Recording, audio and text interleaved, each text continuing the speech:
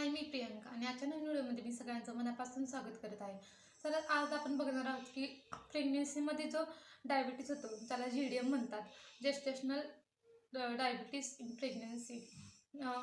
तर त्याच्यामध्ये आपण काय करतो की डाएट काय घ्यायचा किंवा काय चुकीच्या पद्धतीनं आपण जे आहार घेतो त्या व्यवस्थित पद्धत आपल्याला बनवायच्या आहेत की आपल्याला आपला स्वतःचा डाएट चार्ट बनवायचा आहे आणि आपली शुगर जी आहे ती कंट्रोलमध्ये आणायची आहे किंवा किती शुगर वाढली किंवा खरंच आपल्याला प्रेग्नेन्सीमधला डायबिटीस आहे का हे आपल्याला बघायचं आहे आणि याबद्दल आपल्याला माहिती जाणून घ्यायची आहे.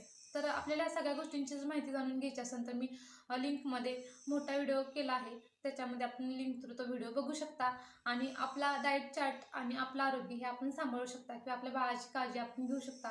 कोणतंही टेन्शन न घेता किंवा कोणताही काय वेगळा आपण आहारच घ्यायचा नाही. ह्या सगळ्या गोष्टी टाळण्यापेक्षा आपण चांगला आहार घेणं खूप महत्त्वाचं आहे.